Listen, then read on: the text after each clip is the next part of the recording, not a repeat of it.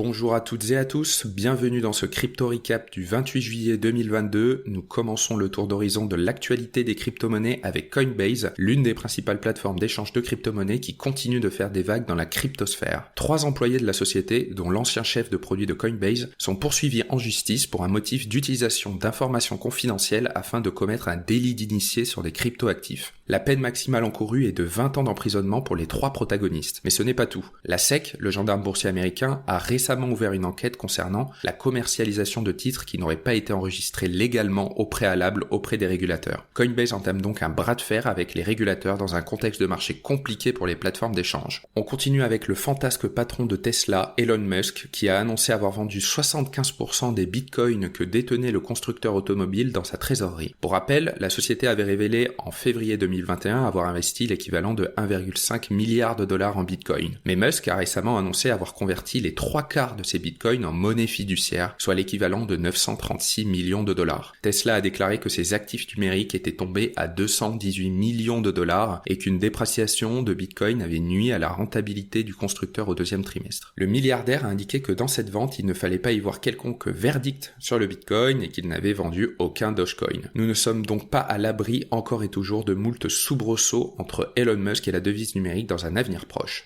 Le géant sud-coréen Samsung a annoncé lancer un nanoprocesseur nouvelle génération qui va drastiquement améliorer les performances des machines de minage. La taille de la puce est réduite de 16% et devrait théoriquement, selon l'entreprise, réduire jusqu'à 45% la consommation d'électricité et devrait être 23% plus performante que la précédente version de puce proposée par Samsung. Une prouesse technique qui aura de quoi séduire forcément les mineurs professionnels et particuliers avides de crypto-monnaies. Le célèbre jeu Minecraft de Microsoft n'est pas fan des NFT. Le studio a partagé un article de presse concernant les modifications à venir sur les conditions d'utilisation et les NFT n'en font pas partie. Au contraire, il est spécifié que Minecraft interdira la technologie de la blockchain sur ses serveurs qui sont gérés indépendamment par les fans et les créateurs et interdira aussi l'utilisation d'images de Minecraft pour créer des NFT. On clôture la sphère NFT avec Square Enix, le célèbre éditeur japonais de jeux vidéo qui a annoncé avoir conclu un partenariat avec la société de jeux blockchain Engine afin de lancer une série de NFT basée sur l'incontournable franchise Final Fantasy. Les fans pourront collectionner des cartes et figurines physiques à l'effigie de personnages légendaires de la franchise tout en obtenant un NFT adossé à l'une des cartes obtenues dans les packs. Le lancement de cette collection est prévu pour 2023. Vitalik Buterin, le cofondateur d'Ethereum, a annoncé à l'occasion de la conférence de la communauté Ethereum ETHCC à Paris qu'après la migration du modèle de consensus de minage de la preuve de travail vers la preuve d'enjeu, qu'Ethereum ne serait qu'à 55% de ses objectifs finaux. Cette migration tant attendue devrait avoir lieu le 19 septembre 2022 et serait donc suivie de 4 mises à jour sur la blockchain qui devraient permettre à Ethereum, au final, de traiter 100 000 transactions par seconde contre 15 à l'heure actuelle. Des annonces qui ont de quoi faire saliver les aficionados concernant l'évolution de la blockchain Ethereum dans les prochains mois. Voyageur Digital, en faillite à la suite du défaut de paiement du fonds Three Arrows Capital, rejette l'offre du milliardaire Sam Bankman-Fried pour sauver l'entreprise. FTX et Alameda Ventures ont proposé de racheter les actifs de la plateforme en faillite pour permettre de débloquer les fonds gelés des utilisateurs. 2 subtilités notoires ont été évoquées dans la proposition de Sam Bankman-Fried. Les clients de Voyageur récupéreraient les fonds en ouvrant un compte sur FTX et les récupéreraient directement sur ce compte. Et en plus, l'offre de rachat n'inclut pas les prêts litigieux avec Three Arrows Capital. Les avocats de Voyageur ont rejeté l'offre en indiquant qu'il s'agissait d'une offre trop basse déguisée en sauvetage façon chevalier blanc. La direction a estimé que leur propre plan de relance serait plus bénéfique pour les clients mais reste prête à analyser chaque proposition sérieuse. Finissons ce crypto recap par une actualité insolite. Le fondateur de l'arnaque MyBitcoin, Randall Carter, risque de passer le restant de sa vie en prison après avoir vécu quelques années dans le luxe. L'homme a été reconnu coupable de 8 chefs de fraude après avoir arnaqué des investisseurs pour plus de 6 millions de dollars en commercialisant une monnaie frauduleuse entre 2014 et 2017. Carter avait faussement affirmé que ces monnaies virtuelles étaient soutenues par 300 millions de dollars en or, pétrole et d'autres actifs et avait même évoqué un faux partenariat avec Mastercard pour donner plus de crédibilité à son arnaque. En tout, Carter aurait détourné, d'après la justice américaine, plus de 6 millions de dollars de fonds d'investisseurs pour les dépenser dans l'art, des bijoux et des antiquités. Mais l'heure des comptes a sonné, Carter sera jugé et condamné le 27 octobre et MyBitcoin sera rajouté à la longue liste des projets frauduleux de la cryptosphère.